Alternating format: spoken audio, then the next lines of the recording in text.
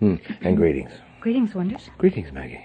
Would you please go to whom, to where, and to when you are directed? Would you please locate your coordinator, Maggie McGuffin, on December 4th, 1999? Yes, we have you. We are gathered here at 16 Porritt Street in the city of Barrie in the province of Ontario to do a general session for the Nature of Reality workshop group entitled Reality. What is it really? Would you please begin? This particular workshop, dear friends, we will discuss at great length the subject of reality and the nature of it. What comprises it? What makes it up? How is it created? How to alter it and shift it? And from one perspective, you will recognize that many of the concepts and ideas we've expressed previously. However, we assure you that the information you will gain from this particular workshop is far different from that which has been expressed previously. It expands on much that has been expressed previously. In this particular workshop, we will give you an opportunity to, if you choose, view reality from a different perspective, to alter and shift your perspectives of reality. Now, reality, what is it really? In truth, dear friends, we've suggested on many occasions that reality is an illusion. And from one perspective, that is true. It is an illusion that you create. But from the perspective of the individual caught within the illusion, from the perspective of that which you are as ego personalities, incarnate entities, to you, reality exists. It is real. It forms a part and parcel of that which you perceive as your daily existence. It moves you. It alters you. It shifts you. It creates emotions within you. It creates circumstances of existence that drive you. It affords you opportunities for choice. It affords you opportunities for expansion and growth. And therefore, from this perspective, to simply say that reality is an illusion, most individuals would say, quote, fine, but not for me, unquote. As a result, therefore, this exploration of reality will be far different. This is not a metaphysical exploration. It is not sufficient for us to say to you that your reality is an illusion that you create. We will show you how you create it, and we will show you how to alter it. For in truth, dear friends, reality, that which you perceive as your reality, is a series of events, a series of occurrences, a series of choices, built one upon the other, that in the building manifest themselves in such a fashion as to create for you a circumstance of existence that moves you from one direction to another direction. That's the definition of reality. As a result, therefore, when you view yourselves in your circumstances of existence, such that, for example, you are a mid-20s male with a car, a beautiful house, a lovely wife, 2 children, with a nice sound system that you've bought. To you, reality is all about survival, all about existence. And to you, your existence is based upon, quote, your standard of living, unquote. You view yourselves as the reality that surrounds you, as an opportunity to gain, an opportunity to accept, an opportunity to own different parts of reality, own matter, own objects, own circumstances. And so, to you, your reality is based upon getting up in the morning, going to work, finding yourself with a good job, going to work, expressing yourself in a work environment such that there is satisfaction, and then returning home and expressing yourself in that home environment such that there is satisfaction, and then going to sleep. And you repeat this on a daily basis, minimum of 5 days a week. And then from there, hopefully you have a few days where you can express yourself differently. And to you, this is the reality in which you exist. This forms the basis on which you choose. Every aspect of your existence is based on, forms the basis of your choices. So when you see yourselves in a circumstance where, term it, you are at ease with those circumstances, choice is made easy. When you find yourself frightened by circumstances, choice becomes difficult. And it moves you. And if we were to maintain this particular workshop to the limit of exploration of your daily reality, that which you perceive as your reality, and say to you that this is the total extent of your reality, then, dear friends, we would do you a great disservice. For in truth, the willingness or the need within yourself to maintain your perceptions of reality as based upon your daily choices is a need that is driven by fear. And as a result, therefore, you find yourselves limiting the extent of your existence by limiting the extent of your choices, by limiting the extent of your perception of the availability of your choices in your existence. And so you find yourselves moving to the basis of reality on the basis of the limitations of your existence. Now, from there, if reality is not just based on the limitations imposed by the self, what is reality in truth? Reality in truth encompasses your perceptions of daily existence and moves beyond the ego personality's perceptions to the flow of energy that moves throughout the universe, which is called universal energy, which as a result of your perceptions and others' perceptions begins to comprise a perception, and yes, an illusion. Term it a play, an act in which the players are pre-chosen, the actors are given roles, and each one plays their part. To a degree, reality encompasses all of this.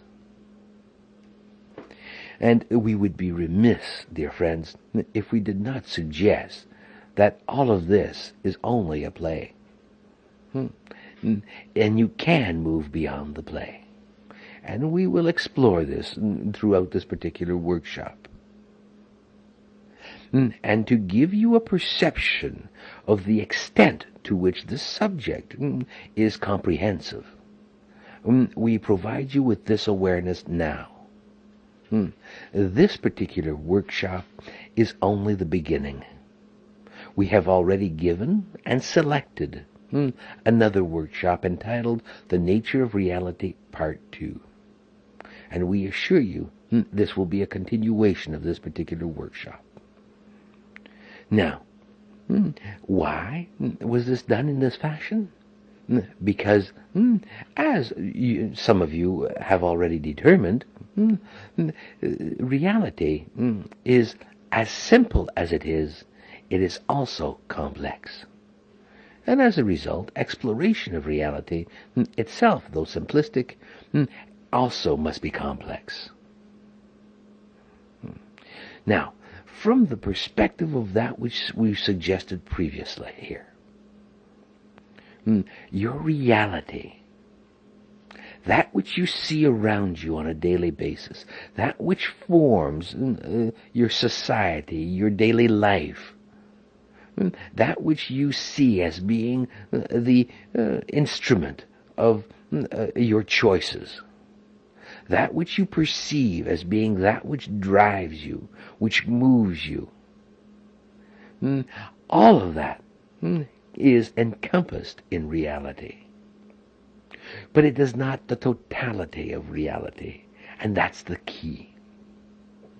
What you see, what you perceive, is based upon your limited perceptions of reality. View it from this perspective. When you place your eye take a funnel and put your eye at the small end of the funnel and look through it, what you perceive is a large perception at the other end. You see a large image. But now place your eye at the large end and look through, and what you perceive is a very small image. Reality, the nature of your reality is very similar to that concept we've given you. What it is, quite simply, is the majority of yourselves have your eye placed firmly over the large area of the funnel to see a small portion of existence. Some of you have your eye placed on the small area to see the larger portion. But regardless, you still view reality through a funnel, through a limited perspective. And as a result, therefore, there is limitations in your reality. So, from that perspective, when you look at existence and you see a small portion of existence, it shades the way you interact with that portion. It limits you. It moves you and forces you into choices, circumstances, and opportunities that, from the perspective of your view, can only be perceived through the funnel that you're looking at. So, from the perspective of your view, if you view reality to a limited degree, then every choice in your existence will fall within that limited degree. Let's take another example. You are a middle class, term it, individual living in Maine, England, United States. Living in Maine, United States, you have a concept of existence. And being middle class, you also have a concept of existence. You find yourself, your parents have a certain degree of wealth, and you find yourself associating with a number of individuals also who have that same degree of wealth. You go to good schools. You shop in good stores. You buy good clothes, good cars. You meet intelligent, fairly wealthy, fairly term it creative females. For that is the socialist and social environment in which you exist. And so your perception of reality is that money is easy to come by, and that wealth surrounds you. But now move your perception from that perspective of existence into what is known as Harlem in New York City. And then you begin to see a different reality. A reality where survival of the fittest exists, where education is virtually non-existence, where daily life is a struggle, for there is no money, and there is a great deal of crime. There is no opportunity for growth and advancement from your perspective. And as a result, therefore, you now shift into a different perspective. To the individual middle class living in Maine, Harlem is such a far distance away from his reality that the concept of reality in Harlem cannot be perceived. For the individual living in Harlem, the concept of Maine in North America existence also cannot be perceived. For that too is far away from his existence.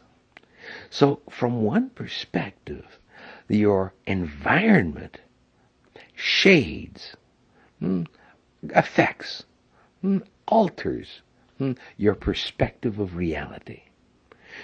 And when you see yourself on a daily basis in an environment where your survival is paramount, for you could be shot any day, you could be injected with drugs any moment of time, you could be arrested at any moment in time, you could be